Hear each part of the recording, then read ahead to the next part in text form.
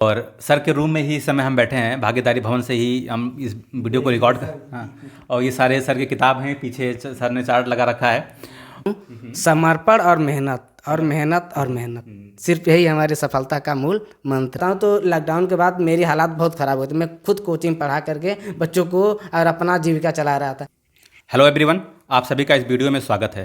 दोस्तों, इस वीडियो में हम लोग आज हमारे साथ हमारे बड़े भाई, हमारे सहपाठी, हम लोगों के प्रणय स्रोत ईपीपीसीएस 2021 में चयनित नीरज गौंड सर हैं। सर, आपका बहुत बहुत स्वागत है।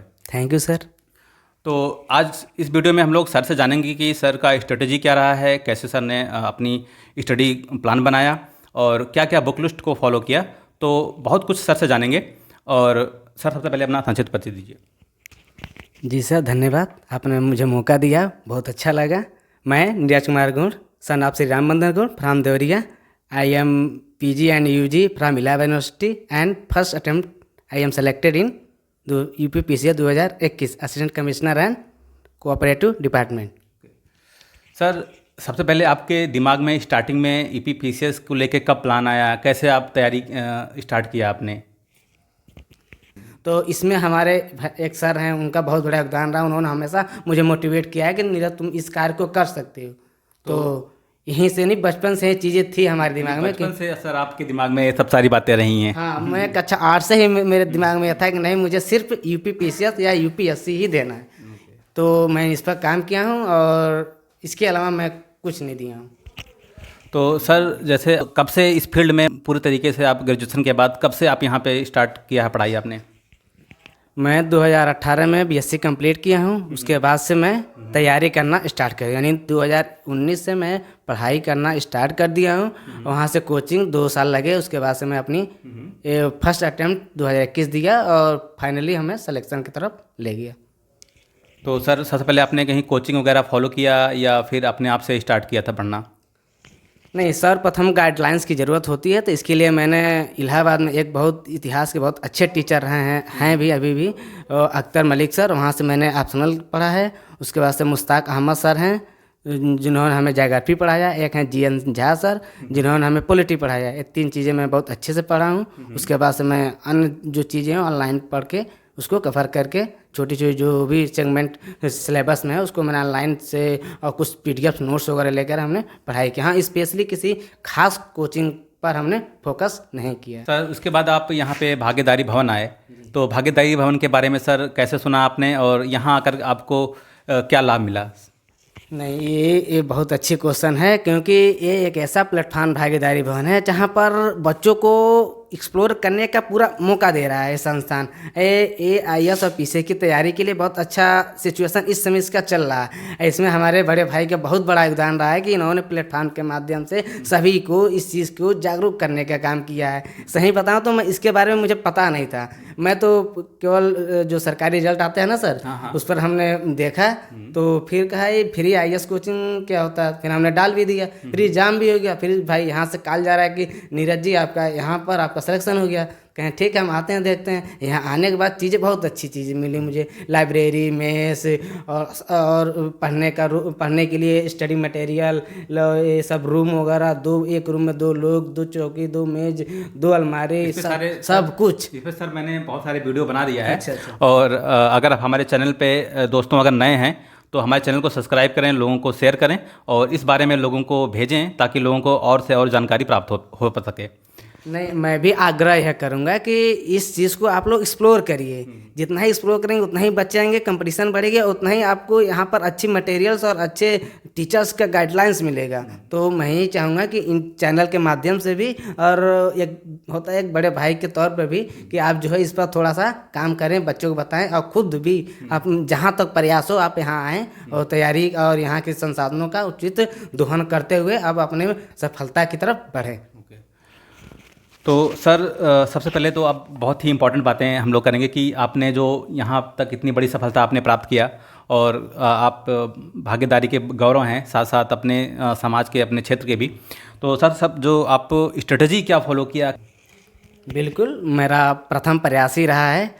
मेरा स्ट्रेटजी के तौर पर देखा जाए तो मैं कंटिन्यू डेली 8 घंटा पढ़ता था और उस 8 घंटे को मैं डिवाइड कर लेता था। अच्छा, इस टाइम पर मुझे ये चीज़ें पढ़नी है, इस टाइम पर मुझे ये चीज़ें पढ़नी है। तो सर आप ये चार्ट पे लिख लेते थे, ये चीज़ें आप चार्ट पे लिख लेते थे या फिर आप अपने दिमाग में ही ये बनाए रहते थे? नहीं, एक फ्लो चार्ट तो होनी चाहिए, एक रफ पर फ्लो चार्ट बना लीजिए कि मुझे इस सप्ताह में ये काम करना है। प्रोफार्मा जब बना लेंगे तो हमें पता चल जाएगा हमें इस सप्ताह में ये सेगमेंट पर इस दिन को हमें कार्य करना है, तो इस पर थोड़ा सा काम किया जा सकता है। ये मतलब 10 मिनट अपने आप को ठहर करके रुक करके वहाँ समझिए कि हमें कौन कौन सेगमेंट मुझे पढ़ना है, उसको आप थोड़ा सा ध्यान रखिए और ये प्रयास ये करिए कि संडे के दिन, पूरा संडे के दिन रिवीजन का रखिए। रिवीजन बहुत छः, इम्पोर्टेंट। हाँ, रिवीजन बहुत होता है। इम्पोर्टेंट। तो मैं यही कहूँगा कि 6 दिन आप जितना पढ़ना खूब पढ़िए और संडे के दिन कम से कम आपका 4 घंटे रिवीजन होना चाहिए, 2 घंटा उसमें आपको मैं देता हूँ, आप फ्री हैंड होकर घूमिए, खूब अच्छे से मन से घूमिए, ताकि जो 6 दिन का जो फ्रस्ट्रेशन है वो दूर हो जाए। तो कम से कम रविवार को 2 घंटे आप टाइम निकालिए, जो अपने हिसाब से जीजिए, ताकि जब अगले दिन आएंगे तो आपके अंदर नई एनर्जी का महसूस होगा। तो मैं इस चीज़ को अनुभव किया भी हूँ, तो मुझे लगता है चीज़ें बेहतर है। इससे होगा क्या कि आपको बर्डन भी नहीं रहेगा और खुशी खुशी में जैसे लगे हम इंजॉय करते हुए पढ़ रहे हैं और सक्सेस की तरफ बढ़ रहे हैं। मतलब मैं ये कहना चाहूँ कि किसी भी चीज़ को लेकर आप बहुत बर्डन मत होइए, बहुत ये मत सोचिए बहुत बड़ा है, बहुत है, ऐसे है वैसे है, ये सब चीज़ें अच्छा नहीं है। अच्छा इसलिए नहीं कि मैं बता रहा हूँ एक रास्ता है कि इस रास्ते पर चल के थोड़ा थोड़ा आप तो मतलब इंजॉय करते हुए आप सक्सेस की तरफ जा सकते हैं। सर आप माइंड फ्रेश करने के लिए क्या करते थे सर? नहीं, मैं माइंड फ्रेश करने के लिए जहाँ मैं इलाहाबाद में रहता था तो वहाँ है करजन पुल है, तेलियरगंज में फाफा, तो वहाँ पर मैं पुल था, तो वहाँ मैं डेली शाम को ये आधा घंटा के लिए मैं टहलने के लिए जाता था, क्योंकि 24 घंटा तो कोई पढ़ नहीं सकता है। तो शाम को मैं ज़रूर मतलब आधे घंटा का समय निकालता था, ताकि मैं अपने आप को फ्रेश कर सकूँ, नई एनर्जी की तरफ काम कर सकूँ। रही संडे के बाद, संडे को तो मैं बच्चों अपने मित्र से ही मिल लेता था, चाहे बात कर लेता था, चाहे मजाक कर लेता था, इस तरह की काम करते था मूड फ्रेश के लिए। और गाना तो मस्ट है, गाना मैं सुनता रहता था। उस आधे घंटे में मैं गाना और फिजिकल एक्टिविटी और इन्वायरमेंट को समझना जानना, इससे माइंड और शरीर दोनों चीज़ें हमारे साथ चल रही थी। किया तो प्री के लिए कौन कौन सी स्ट्रेटजी आपने फॉलो की, कौन सी किताबें आप मेन किताबों के बारे में बताइए सर। जो इस कड़ी में प्री हो, मेंस हो, चाहे इंटरव्यू हो, इस कड़ी में सिलेबस सबसे इम्पॉर्टेंट होता है। तो सबसे पहले आप सिलेबस को देखिए, देखने के बाद आप डिसाइड करिए कि हमको कोर्स सब्जेक्ट किसमें कौन कौन से हैं। जैसे हिस्ट्री हो गया, ज्योग्राफी हो गया, पॉलिटी हो गया, इकोनॉमिक्स हो गया, ये आपके कोर्स सब्जेक्ट हैं। और वो प्री हो, चाहे मेंस हो, चाहे इंटरव्यू हो, ये तीनों फेजों पर कोर्स सब्जेक्ट से क्वेश्चन पूछे जाते हैं। तो सर्वप्रथम आप कोर्स सब्जेक्ट को बेहतर करिए। प्री के लिए मैं हिस्ट्री के बताऊं तो एस.के. पांडे सर की आती है बुक, या किरा पब्लिकेशन का आता कंपाइल, एंशिएंट, मेडुअल और मॉडर्न तीनों का, और स्पेक्ट्रम भी है, आप इसको पढ़ सकते हैं। और हाँ, अब ज्योग्राफी के लिए आप माजी हुसैन की बुक ले सकते हैं, या दृष्टि के आते हैं बुक्स ज्योग्राफी के, वो प्री ओरिएंटेड चीज़ें होती हैं, उसको ले सकते हैं। और फिर पॉलिटी के लिए एम लक्ष्मीकांत और बी.आर. एक्ट, और इकोनॉमिक्स के लिए आप रमेश सर और एनसीईआरटी। और सर्वप्रथम आप जब भी इसमें फील्ड में आए तो सर्वप्रथम आप एनसीईआरटी के माध्यम से ही आए, यानी एनसीईआरटी आपका बेसिक है, एनसीईआरटी पढ़िए, उसके बाद से एडवांस बुक पढ़ना। एडवांस बुक में जैसे बताया हिस्ट्री का, ज्योग्राफी का, पॉलिटी का, इकोनॉमिक्स का, ये कोर्स सब्जेक्ट हैं, इसके अच्छे अच्छे बुक हैं, इसको आप उठाइए और प्री लेवल पे इस पर काम करिए। और plus previous year paper must है, प्रीवियस ईयर पेपर देखिए। और उसके बाद से घटना चक्र जो आता है वो बहुत बेनिफिशियरी है। वो बेनिफिशियरी इसलिए है कि उसमें जो क्वेश्चन दिया वो तो है ही, उसके अलावा जो उसमें एक्सप्लेनेशन दिया, उस एक्सप्लेनेशन से मुझे 4-5 क्वेश्चन अलग से मिल जाते हैं। ये तो बहुत अच्छी चीज़ होती है, हम चाहें तो उसको नोट डाउन भी कर सकते हैं। तो यानी बुक, प्रीवियस ईयर पेपर और घटना चक्र। और करंट अफेयर के लिए थोड़ा सा लोचा रहता है, बच्चे समझ नहीं पाते हैं कि किस करंट अफेयर को हम फॉलो करें। तो हम तो यही कहेंगे, हमारा एनालिसिस यही कहता है कि घटना सार की एक बुक आती है 70 रुपये की, अर्धवार्षिक भी आती है और ईयरली भी आती है, उसको आप हमेशा पढ़ते रहिए प्री के लिए। हाँ, और लास्ट में घटना चक्र का ही आता है दृष्टि, आँख वाली, उसको आप ले लीजिए, क्योंकि वो पूरे 1 साल का कंपाइल होता है। वो उसको आप प्रीफर करेंगे, लास्ट में आप पढ़े रहेंगे शुरू में, तो लास्ट में उसको बहुत जल्दी से कवर कर लेंगे, और उससे क्वेश्चन बाहर जाना नहीं है। ठीक, तो सर ये रहा प्री का बात, और अब आते हैं मेंस पे। तो जो मेंस के लिए सबसे इम्पॉर्टेंट होता है राइटिंग स्किल, और राइटिंग स्किल और एक संक्षिप्त में अपने बातों को रखना। सर ये आर्ट बच्चों में बहुत कम आ पाता है। सर आपने कहाँ से सीखा और बच्चों को क्या सुझाव देंगे कि वो कैसे करें? यानी इसमें दो क्वेश्चन मुझे दिखाई देता है, एक तो मैं क्या किया और बच्चों को सजेशन क्या दूँ। मेरा जहाँ तक मानना है, जैसे मैं जब इंटर में पढ़ता था वहाँ पर जिले लेवल पर कंपटीशन हुआ करते थे, निबंध प्रतियोगिता। उस प्रतियोगिता में मैं 2 बार टॉपर रहा हूँ अपने ज़िले से। तो वहाँ से जो हिंदी के टीचर थे उन्होंने सिखाया था मुझे कि निबंध का है तो उसको इस तरह लिखना है, अनसीन पैसेज है उसको इस तरह लिखना है। तो वहाँ से थोड़े से मुझे डेवलपमेंट की तरीके मुझे पते थे कि कैसे जो है किसी चीज़ को लिखा जाता है। तो वहाँ से मुझे चीज़ें धीरे धीरे आने लगी। जब ये चीज़ें जब मुझे आंसर राइटिंग का मौका मिला, यानी मेंस जब लगा तो आंसर राइटिंग का जब मौका मिला तो मेरे लिए और एक्सप्लोर करने का टाइम मिल गया। तो मैं ऑनलाइन कोर्स ज्वाइन किया, वहाँ लिखता था लगातार 3 घंटा लिखता रहता था और उसके बाद से उसको लिख करके सबमिट करता था। और जब वहाँ काफ़ी चेक करके आते हैं तो बताया जाता था कि नीरज तुमने यहाँ गलती की है, इसको थोड़ा सा सुधारो, अपना प्रस्तुतिकरण जो है और उसका जो कंटेंट है और रीच करो, इस पर थोड़ा सा काम करो। तो हमें लगा कि नहीं ये चीज़ें बहुत अच्छी हैं, मुझे इस पर काम करना चाहिए। अब मैंने काम किया, ये चीज़ें मुझे सफलता की तरफ ले गई। रही बच्चों को सजेशन के तौर पर तो मैं यही कहूँगा कि आप जो है आंसर राइटिंग करते रहिए। जितना ही आंसर राइटिंग करेंगे उतना ही आपका प्लस पॉइंट होगा। और उस आंसर राइटिंग को आप चेक भी कराइए अपने से सीनियर या अपने से कोई टीचर से जिससे लिंक में हो आप, उससे चेक कराइए। इससे आपको गलतियों को पता चलेगा कि हमने गलती क्या कर दी। आपको लग रहा है कि मैंने लिख दिया, लेकिन दूसरे की नज़र में नहीं, आपने लिखा तो है लेकिन केवल 2 डायमेंशन या 3 डायमेंशन ही टच किया है। उसमें जो क्वेश्चन पूछा उसके 4-5 डायमेंशन होने चाहिए, उसके लिखने के तरीके होने चाहिए। तो ये चीज़ें आपके सीनियर या सेलेक्टेड कैंडिडेट या कोई आपका अच्छा टीचर ही बताएगा। तो इस पर आपको थोड़ा सा काम करना है। और ये कहा जाता है ना कि जीतेगा वही जो लिखेगा, ठीक। तो जितना आप लिखेंगे, क्योंकि वहाँ पर 20 क्वेश्चन होते हैं और लगभग 50 पेज लिखने होते हैं तो विदिन 3 घंटे में। तो आपको इस हिसाब से लिखना है कि मुझे पूरा कंटेंट भी लिखना है, पूरा क्वेश्चन भी अटेम्प्ट करना है और हमारा प्रस्तुतिकरण भी अच्छा होना चाहिए और हमारी राइटिंग भी अच्छी होनी चाहिए। तो इसके लिए थोड़ा सा बैग में जा करके मेहनत करिए उसको लिखने का, समझने का, तो बहुत अच्छा चीज़ रहेंगी। सर जैसे जो बच्चे नए हैं और वो सिविल सर्विस के बारे में सोचते हैं कि सिविल सर्विस में आना है, तो उन्हें क्या सुझाव देंगे आप? देखिए सिविल सर्विस में आने का तो है, ठीक है, लेकिन इसमें 2-3 चीज़ें मायने रखती हैं कि आपका बैकग्राउंड क्या कहता है।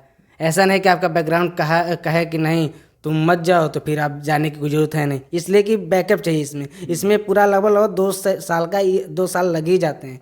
तो आपने पहले अपने बैकग्राउंड को समझिए, अपनी क्षमता को समझिए और अपनी कि आपको कॉन्फिडेंस आना चाहिए कि नहीं इसको मैं कर सकता हूँ। जब ये 2-3 चीज़ें आपके अंदर डेवलप हो गई कि नहीं मुझे करना है, तो दुनिया की कोई ताकत नहीं है जो इस चीज़ को रोक दे। चाहे आप किसी भी कम्युनिटी या धर्म जात से बिलोंग करते हो, ये मायने नहीं रखेगा। और रही बात सरकार भी देखिए इतनी, जैसे भागीदारी भवन हो गया, हापुड़ में हो गया, इलाहाबाद में हो गया, गोरखपुर में, इसके संस्थानें खुल रही हैं और इसमें आप जा करके इनरोल हो करके अच्छे से आप पढ़ाई कर सकते हैं। नहीं मान टीचर अच्छे नहीं हैं तो आप अपने खुद बुक से आपको पूरा टाइम मिलेगा, क्योंकि वहाँ खाने बनाने की कोई ज़रूरत है नहीं, आपको मिलेगा हर टाइम। आप मतलब चाहें तो 24 घंटा यूटिलाइज कर सकते हैं पढ़ने में। तो सरकार भी इसमें प्रमोट कर रही है, विद्या योजना है, तो इस पर थोड़ा सा ध्यान रखते हुए इस पर यदि आपको लगता है कि नहीं मैं कर नहीं पाऊंगा, हमारे माता पिता इस चीज़ को प्रीफर नहीं कर पाएंगे, तो ये बड़ी बड़ी संस्थानें जो करा रही हैं, जो सरकार सपोर्ट कर रही है, इसमें आ करके अपनी प्रतिभा का प्रदर्शन कर सकते हैं। ये बहुत अच्छा मार्ग है। मैं बताऊं तो लॉकडाउन के बाद मेरी हालात बहुत ख़राब हुई थी। मैं खुद कोचिंग पढ़ा करके बच्चों को और अपना जीविका चला रहा था, लेकिन जब इस यहाँ के बारे में मुझे पता चला तो मैंने डाल दिया, एग्जाम भी दे दिया और ईश्वर की कृपा से मुझे मेरा हो भी गया। और देखिए मैं 21 में मेरा फाइनल सिलेक्शन भी हो गया। ठीक सर जो तैयारी कर रहे हैं बच्चे और जो बहुत सारे नेगेटिविटी, बहुत सारे समस्याएं आती हैं, बार बार बच्चे छोड़ते हैं कि यूपीएससी छोड़ दें या नहीं हो पाएगा मेरे से, बहुत सारी बार ऐसी आपको भी इस तरह से कभी फीलिंग हुआ, तो उसे कैसे हैंडल करते थे और बच्चों को क्या करना चाहिए कि वो इन चीज़ों से दूर रहें और अपने पढ़ाई पर फोकस रखें? देखिए होता है ना, कुछ करने की जज्बा होती है तो दुनिया का कोई भी ताकत आपको रोक नहीं सकती। इस चीज़ को आप जानते हैं, अच्छी तरह से जानते हैं। तो मैं तो यही कहूँगा जो निगेटिविटी फैलाने वाले लोग हैं उनसे आप दूर ही रहिए। उनसे होता ना कि आप दोस्ती नाते यारी सब तोड़ दीजिए। क्यों? क्योंकि वो आपको आगे नहीं बढ़ा रहे हैं, आपको पीछे ले जा रहे हैं। तो हम चाहेंगे कि ऐसे निगेटिविटी लोगों से आप दूर रहिए और अच्छे लोगों से मिलिए, समझिए, अच्छे लोगों के साथ रहिए। और ज़रूरत पड़े तो आप 5 मिनट ईश्वर का ध्यान भी कर सकते हैं, मेडिटेशन के तौर भी कर सकते हैं। मेडिटेशन का यूज़ करेंगे तो आपको लगेगा कि नहीं हमारी जो एनर्जी है वो कहाँ डाइवर्ट हो रही है, तो गलत रास्ते पर है तो आप उसको सही रास्ते पर लाने का प्रयास करिए। तो आपके अनुसार सफलता क्या है और सफलता का मूल मंत्र क्या है? देखिए, सफलता का मूल मंत्र यही है, जो जो जहाँ तक मैं अनुभव किया हूँ, समर्पण और मेहनत और मेहनत और मेहनत, सिर्फ यही हमारी सफलता का मूल मंत्र है, समर्पण और मेहनत। जितने अच्छे से करेंगे, जितनी तन्मयता और समर्पण के साथ करेंगे, उतना ही जल्दी आप सेलेक्ट होंगे। तो सर, आपने अपना बहुमूल्य समय दिया, इसके लिए आपको बहुत बहुत धन्यवाद। Thank you. मैं भी आपको धन्यवाद देता हूं कि आपने मुझे एक मौका दिया बहुत अच्छे मंच पर। मैं कभी भी उतना बच्चों से इंटरेक्शन मेरा नहीं रहा है, लेकिन यहाँ आने के बाद भाई साहब ने मुझे आज मौका दिया, कहा कि नहीं, आपको इस पर काम करना है, बोलना है, समझाना है, बच्चों को अपनी चीज़ें शेयर करनी है। तो कहा ठीक, मैंने कहा ठीक है, इसके माध्यम से मैं अपनी बातों को भी रखूँगा, और जो ये चैनल है, इस चैनल के माध्यम से मैं आपको कहना चाहता हूँ कि इस चैनल के माध्यम से आप जो है यहाँ की भागीदारी भवन की चीज़ों को समझें और यहाँ पर आने का प्रयास करें। यदि आपको लगता है कि नहीं, हम मतलब हमारा जो बैकग्राउंड है या फैमिली है इस चीज़ को डिजर्व नहीं कर पा रही है, तो आप यहाँ आकर के पढ़ाई कर सकते हैं। यहाँ पर हर सुविधाएं आपको मिल रही हैं। तो ये हमारे सहपाठी रहे हैं, हम लोगों के साथ हमेशा रहे हैं, सर से हम लोग बहुत ज़्यादा परिचित हैं, और सर के रूम में ही इस समय हम बैठे हैं, भागीदारी भवन से ही हम इस वीडियो को रिकॉर्ड कर। हाँ, और ये सारे सर की किताब हैं, पीछे सर ने चार्ट लगा रखा है। लोगों का, बहुत सारे लोगों का क्वेरी भी ये था कि कुछ ऐसे लोगों से मिलाइए जो भागीदारी भवन से सेलेक्टेड लोग हैं। तो भाई, सेलेक्टेड जो है यहाँ भागीदारी भवन की फहरिस्त बहुत लंबी है, मतलब आपको मैं वीडियो रिकॉर्ड ही करता रहूँगा तो सालों साल लग जाएंगे, लेकिन फिर भी मैं आपको कुछ लोगों से ज़रूर मिलाऊंगा आपको। और इसके अलावा अगर कोई क्वेरी हो तो हमें ज़रूर लिखें, और सबसे पहले अगर चैनल पे नए हैं तो चैनल को लाइक और सब्सक्राइब और शेयर ज़रूर करें। और इस चैनल को इसलिए लाइक करना, शेयर करना, सब्सक्राइब करना ज़रूरी है क्योंकि ये चैनल जो भागीदारी भवन है, यहाँ के बारे में बहुत लोग नहीं जानते हैं। तो भाई, इसीलिए जो इस चैनल को लाइक, सब्सक्राइब करना, शेयर करना बहुत ज़रूरी है। सर, इस अंत में आप कुछ कहना चाहते हैं? मैं अंत में यही कहना चाहता हूँ कि जैसे हमारा इंटरव्यू सर ने लिया, तो इसी आधार पर 2 बच्चे और हैं जो यहाँ से सेलेक्टेड हैं, एक नायब तहसीलदार, एक डिप्टी जेलर, और कुछ बच्चे ऐसे हैं जो जीआईसी में सेलेक्टेड हैं, विभिन्न पदों पे चयनित। हाँ, मतलब विभिन्न पदों पर चयनित है। तो उन लोगों ने जो स्पेशली जो पीसीएस में सेलेक्टेड हैं, उनसे मैं चाहूँगा कि आपसे रिक्वेस्ट करूँगा कि इस चैनल के माध्यम से उनका भी इंटरव्यू लिया जाए और चीज़ों को और एक्सप्लोर करने का समय दिया जाए, ताकि बच्चे इस पर ज़्यादा से ज़्यादा लाइक, सब्सक्राइब, शेयर करें और भागीदारी भवन का नाम बढ़ाएं। हाँ सर, बहुत बहुत धन्यवाद, आपने बहुत बड़ी बात कह दी इस चैनल के लिए। और दोस्तों, इसके अलावा अगर कोई क्वेरी हो, कोई क्वेश्चन हो, कोई प्रश्न हो तो इस कमेंट पे ज़रूर लिखें, और इसके और कोई यूपीएससी से संबंधित कोई भी समस्या हो तो हमें ज़रूर लिखें। हमारे साथ नीरज सर रहेंगे, जो आपको बहुत बेहतरीन, एक छोटे छोटे बातों को जो जीवन में सर ने जिया है, उसको कैसे हैंडल किया है, वो सब चीज़ें आपको एक जानने का मौका मिलेगा। तो हमें लगता है कि इस सेशन में सारे के सारे प्रश्न आपके हल हो गए होंगे। फिर भी अगर कोई प्रश्न हो तो हमें ज़रूर लिखें। और इस वीडियो में इतना ही, फिर मिलते हैं नए वीडियो के साथ, तब तक के लिए धन्यवाद। Thank you.